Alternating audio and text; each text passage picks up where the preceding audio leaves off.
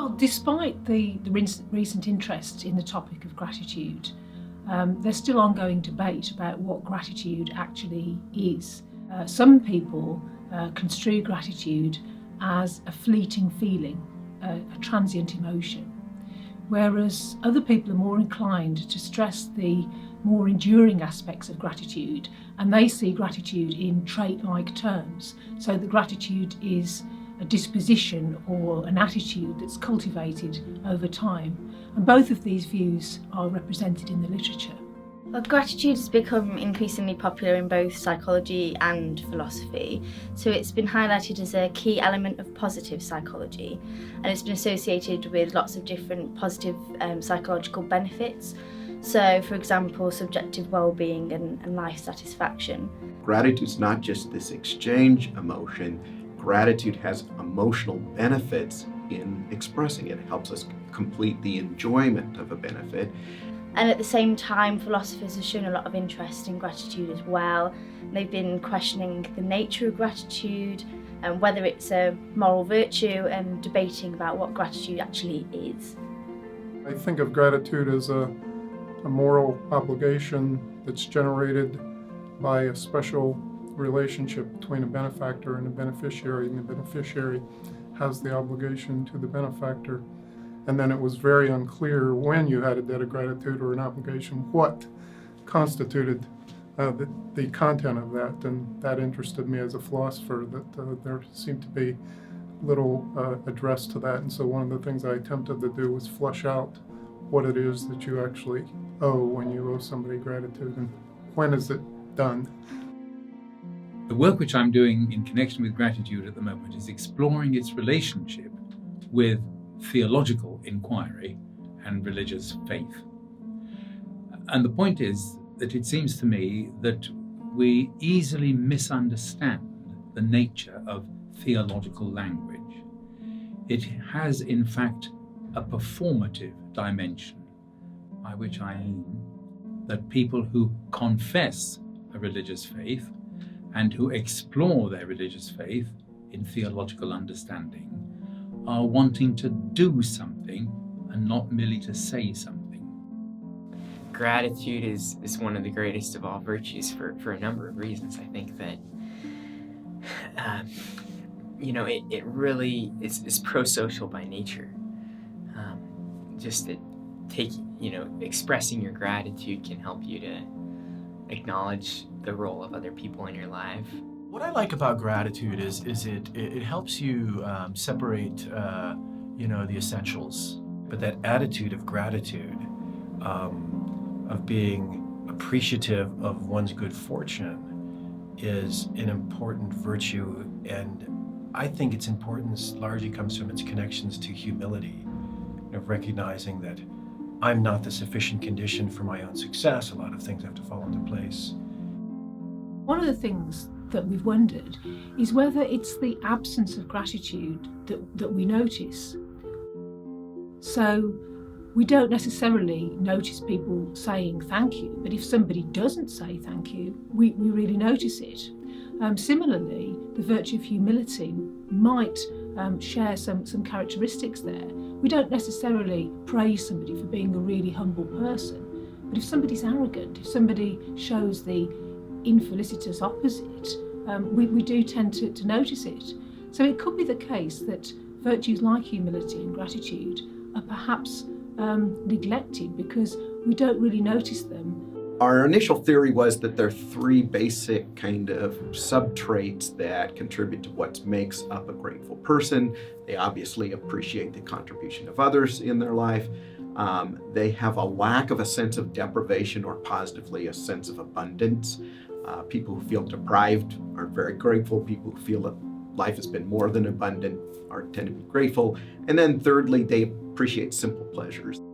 And so one of the things that I love about gratitude is that it's about building up your unique set of skills in a way that'll allow you to contribute to society. It can motivate you to do pro-social things that are going to help the relationship. And I have that's kind of this thing that I call benefit trigger gratitude.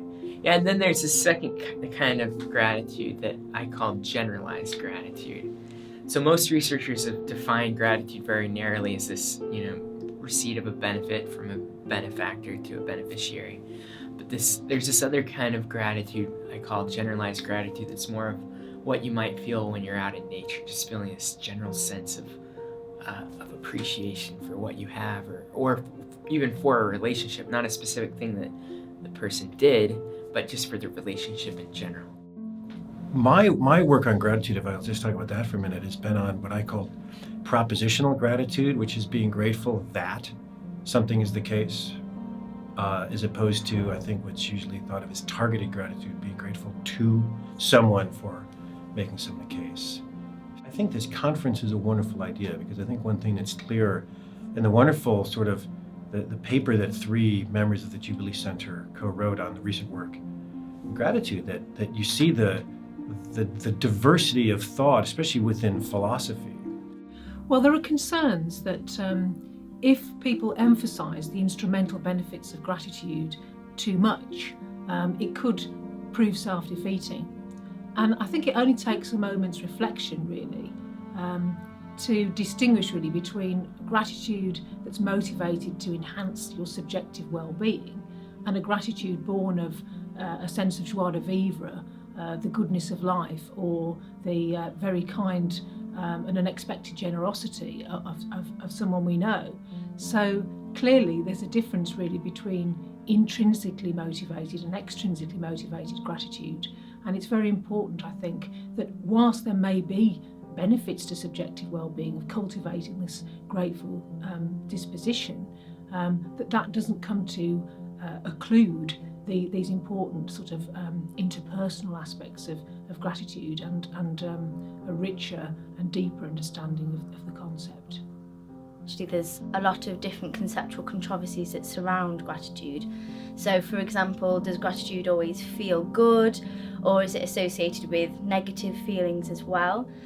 Does a benefit actually have to materialise for you to feel grateful, or is it just a thought that counts? And also, are you grateful to people who are simply fulfilling the requirements of their job? And these are the sorts of questions that we're trying to answer in our Attitude for Gratitude project at the moment with our vignette questionnaire. So what we want to do is examine lay people's understanding of gratitude before we actually go on to measure gratitude itself.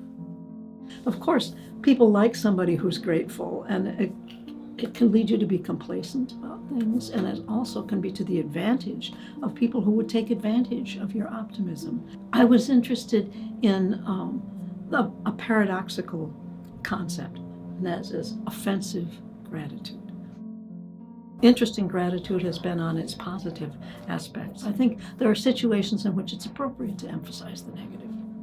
And we've found that people actually do associate gratitude with some negative things as well. So, for example, we had negative features of guilt, awkwardness, indebtedness, obligation, embarrassment. Distinguish between appropriate and inappropriate gratitude. And my focus is not so much on what's good about gratitude as on that distinction. When is it appropriate? When is it not? I'm skeptical about promoting gratitude as an orientation toward life, because life is full of abusive people, and it's an indiscriminately grateful approach. It's like just being an optimist about everything. It can be self-destructive and certainly expose other people to dangers as well. Gratitude may not always be appropriate, and in the gratitude stories for children that we've developed, we visit some of these themes about the appropriateness of gratitude. So we think it's important to look at these issues and not just have children try to be more grateful for things regardless of these sorts of considerations, really, which are important considerations. At the same time, though, we obviously had a lot of positive features as well. So people associated gratitude with hugging, smiling, appreciation, happiness. So there's also a lot of positive aspects of gratitude that we might want to promote. Another important question is whether we should be grateful simply for good things. And now certainly that's been the emphasis in the positive psychological literature, which has seen gratitude as a means of capitalising on or savouring positive experiences. But perhaps we can all relate to some experience in our lives that while we were experiencing it was negative, or at least it felt negative to us. But it may be the case that in the fullness of time, in some kind of redemptive way, we can actually give thanks for that experience, that there was perhaps something about it that was an occasion for our growth. If you think about it, we actually depend for our existence on a lot of really bad things happening and a lot of evil people doing the bad things they did, because otherwise our parents wouldn't have met, or our grandparents wouldn't have met, or they would have had different children, which wouldn't have been us. We can easily be overwhelmed by bad emotions or unpleasant emotions, and it overshadows the good in our lives. So the thing that I really appreciate about gratitude is that it helps focus us on the good in life. So we've just done a little intervention that was a week-long intervention. People did it every night of the week, where they identified 3 things that went well in the last couple of days, and then wrote about how each thing made them feel grateful. And the interesting thing is that people keep getting their well-being improves over the treatment period, but improves, it seems like, even more after treatment. And that's why we believe that these exercises might actually be training people to look for the good, to interpret the situations in their lives in a more beneficial manner, and perhaps to more frequently reflect on the good in their life, and in that way may enhance subjective well-being. A lot of the research that has been done shows, people use this technique called gratitude journaling, and I think that's really effective. But I took it a step further in one of my recent publications. We had people journal about the experiences they had, the grateful experiences that they had in their lives, but then they took an additional step and shared. And what we found was this sharing, in comparison to 2 other control conditions, seemed to have a greater effect on life satisfaction, happiness, positive affect. So it seems as though I think journaling is a great thing, but also encouraging people to share their grateful experiences can really enhance the effect. Looking at developmental determinants and some of the longitudinal research to see how what some of the functions of gratitude are in development. And I'm hopeful about that, because we're finding that it seems to be related not just to academic achievement, but also social development. And you don't leave social development at the door when you enter school. It's very much a matter that we need to grapple with and figure out. And it's important for connecting with young people, on an individual basis. So what I like about gratitude is that it's about real connections. It is about a real connection with an individual child, and it's something that we don't have enough of throughout the educational pipeline, connecting and figuring out what you need to succeed in life. And as this conference has shown, there's a lot of debate to be had about what gratitude is, and we hope over the next few years there'll be more opportunities for there to be this mutual enriching dialogue about what gratitude is between philosophers, psychologists and theologians as well.